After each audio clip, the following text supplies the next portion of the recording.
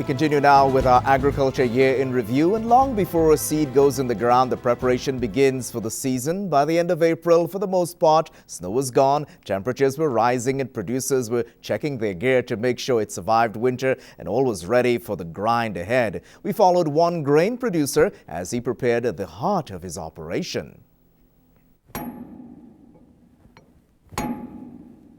Behind this little quad is the seeder. And as the name implies, it is the heart of seeding operation. So you could very well understand why area producers would want to keep it in tip-top shape. So we're changing that auger out to make sure that the plant population is there and we'll have the proper yield. Gabrielson has been farming since 1992. He knows the importance of getting his equipment ready. Well, the air seeder is the important piece of equipment. If there's a mistake or a breakdown on the air seeder and you don't catch it, it affects your emergence. And if you don't have a good start at the beginning as your crop comes out of the ground, it affects the yield right to harvest. The work of servicing starts in early April. If the weather is not cooperating, they will work inside the shop on trucks and a smaller tractor used for rock picking and harrowing, and the sprayer. And then once the weather starts to get better, then we go outside and do the bigger equipment that won't fit inside the shed. And what we're looking for is just things that we need to either maintain or fix from last year, so that when we are in the field, we're working instead of fixing. So. It affects the pattern, so we want a nice triangle pattern, and if you don't have that, you get misses with your sprayer. The Gabrielson family have farmed in this area west of the Blackfoot Coulee since after World War II, when his grandfather started. I guess the most important thing for, as far as I'm concerned, for having a multi-generational farm is making sure that you involve the kids in the operation. So at an early age, if there are smaller jobs that need to be done, just taking the time to show your kids how to do it. Well, when a parent watches a child learn to walk, there's always that point when your heart is in your mouth. Letting students manage a farm, even in an educational setting, is no different. 25 years ago, Lakeland College Vermilion took that risk, and this year, its student-managed farm program is celebrating its unique status in Western Canada. We'll pretty much let them run a business plan rules, show us the money. Learning by doing went one step further 25 years ago as Lakeland College broke ground with the student-managed farm program. Cameron Horner was in that first class studying agribusiness. It created my base for my work in the private industry. I mean, it led to my first career, which was, again, as I mentioned, working with producers, buying and selling grains and oilseeds. That's what I did for 15 years. Horner is now a communications specialist in the ag sector. Suggestions come both from the students and industry. We are very well linked with industry, and that comes from the instructors.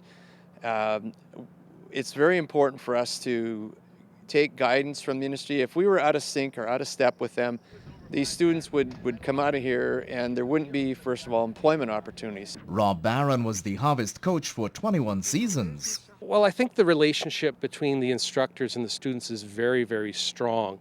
And because we work more as colleagues and peers than an instructor and a student. You see, we work as a team, and they're basically a junior colleague that you're mentoring. The current Dean of Agricultural Sciences was instrumental as an advisor.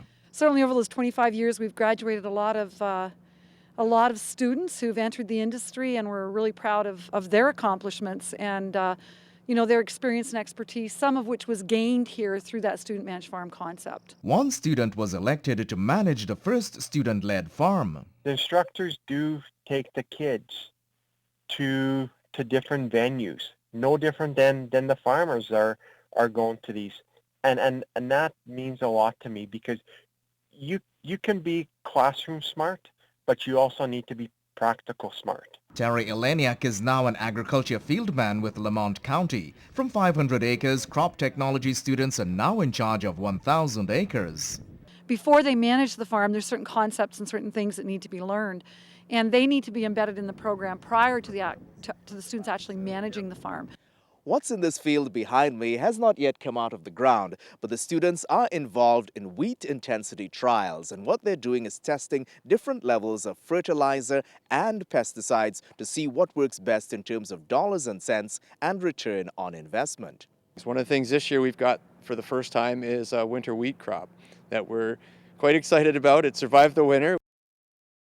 Well, earlier this year, for the fourth time, the World Trade Organization ruled in favor of Canada over the United States in the country of origin labeling war. Canada is getting set to levy tariffs on U.S. goods if Americans fail to repeal these contentious laws, but one area producer is concerned about a fallout.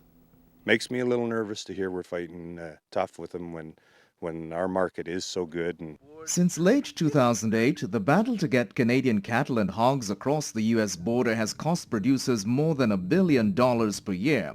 With the World Trade Organization ruling in Canada's favor, the country is ready to place tariffs on some 38 U.S. products, including beef, pork, and wine. The clock is ticking. The process at the WTO, as you rightly point out, will give us the opportunity to retaliate on probably the first half dozen to 10 somewhere late summer, early fall. These one-year-old steers behind me have doubled in value in the last 3 years. The question remains, with cool on the horizon, do we want to retaliate against the Americans now? At the point we're at right now, our market's high, and like you say, it's getting just about unaffordable to eat beef for some people at the marketplace. So at this point, I don't understand us going and fighting a real tough trade battle with them and getting our borders closed again, because we need an open border to survive. Ritz says Canada relies on U.S. processing capacity for about 70% of the country's beef and pork. Problem isn't that we shouldn't be nice to the Americans all the time and take the leftovers they give us. Our problem is we should be equal partners in addressing that marketplace. So, I would take exception to what a couple of ranchers say. Certainly we'll listen to them, but at the end of the day, it's no time to blink. Mann says the Americans need Canadian beef, but he remains cautious. I don't think label Americans with one big paint strip, but their packing plants need our cattle. They'd love to see the country of origin go away. It's a headache for them and a huge cost for them. If Canada has to drop the hammer, retaliatory tariffs could total between $2.5 to $3 billion. We're hopeful that we won't have to use this at all, but it's a hammer we're not afraid to use. And in early December, the World Trade Organization ruled in favor of Canada yet again, taking these retaliatory measures against the United States. Some $1 billion in U.S. goods are facing tariffs unless the Americans repeal the cool legislation. And our Agriculture Year in Review continues after this break. Do stay with us.